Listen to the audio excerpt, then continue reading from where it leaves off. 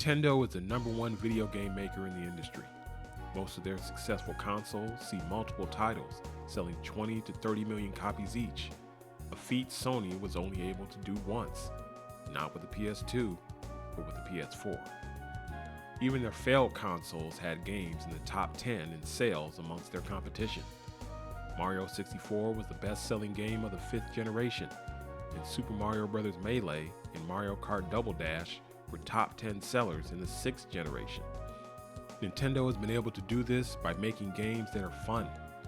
They don't focus as much on the hardcore gamer crowd as they do on making games that get new people into playing video games. Other gaming companies make games for gamers. Nintendo makes games for people. Their focus is on accessibility, simplicity, and enjoyability. Hardcore gamers have made a cottage industry on social media of dragging Nintendo for not joining the arms race with everyone else. Despite the howls from the internet, Nintendo keeps winning, and even when they stumble, they dust themselves off and come back stronger. One underdog game I believe has the potential to become huge is Pikmin, a colorful and addictive strategy game offering great fun for people of all ages and skill levels. Surprisingly, this game has not fared anywhere near as well as it should. Its first 2 games came out on failed hardware. The games were able to crack the million in sales mark, but weren't a roaring success.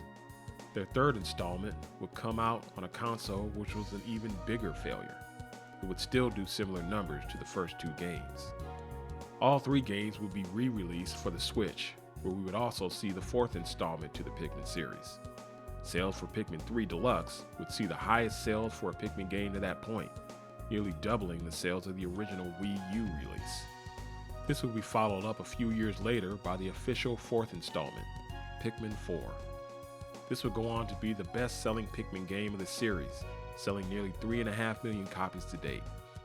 Pikmin 4 would outsell all the Metroid games, Bayonetta games, and Xenoblade Chronicles games. While it's certainly a breakthrough for Pikmin 4 to nearly triple the sales of previous installments, this series has the potential to do so much more. The casual gaming audience, which makes up the majority of the Switch customer base, are missing out on not playing this gem. Games like Bayonetta, Metroid, and Xenoblade have loyal followings, but these games are more tailored to hardcore gamers, and their gameplay isn't as widely accessible. Not really the type of game for casuals. Pikmin is in the same vein as Animal Crossing and Mario in terms of accessible gameplay, but it'll take a few more installments to get it to that level commercially. Animal Crossing also had humble beginnings before it eventually took off on successful hardware. Its installments on dedicated home consoles didn't fare so well, but it did great on the DS and 3DS, before it absolutely blew the doors off on the Switch. Zelda was similar, a series beloved by hardcore gamers, with installments selling relatively well, with games like the original Zelda, Ocarina of Time, and Twilight Princess selling well beyond 5 million before it skyrocketed on the Switch. Splatoon, which debuted on the sunken ship, which was the Wii U, has become a pillar franchise for Nintendo, with its 2nd and 3rd installments breaking the 10 million mark in sales. It has the potential to be one of the most successful franchises in the competitive shooter genre. These games became blockbusters when they hit the Switch. Sales for Pikmin are an improvement, but nowhere near blockbuster status. Why is this? Why was Splatoon able to blow up on Switch debuting on Wii U, but Pikmin did not? Pikmin simply never got the support it needed. After Pikmin 1 and 2 for the GameCube, you wouldn't get another Pikmin installment for a decade. You got new installments for the other games mentioned for the Wii and DS, along with remasters of heralded classics for the 3DS and Wii U.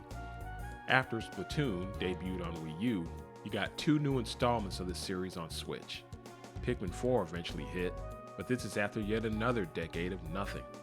Some will mention Hey Pikmin and Pikmin Bloom, but these games are minor spin-offs.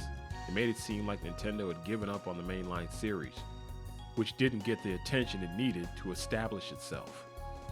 Animal Crossing, Zelda, and Splatoon were supported with new series installments for virtually every console generation after their debut.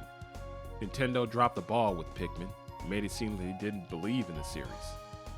We need Pikmin 5 to be released well before 2033, something like within the next 2 or 3 years. To Nintendo's credit, they did put effort in promoting Pikmin 4, and I do believe they want to do good by the series into the future. I see a lot of potential in the Dandori battle gameplay that could be on the same level as Mario Party. This is one of those quirky titles like Mario Party or Brain Age, with its multiplayer potential, brain teaser strategy, and resource management. It's a fun game to get you to use your head, oozing with that classic Nintendo gameplay charm. I enjoyed the hell out of Pikmin 4. It was pretty short, but I absolutely loved the game. I don't want this series to meet the same fate as Star Fox, Kid Icarus, F-Zero, or Punch-Out! Here's to hoping Nintendo doesn't neglect this series for another decade. Give Pikmin the same support as Kirby and Metroid.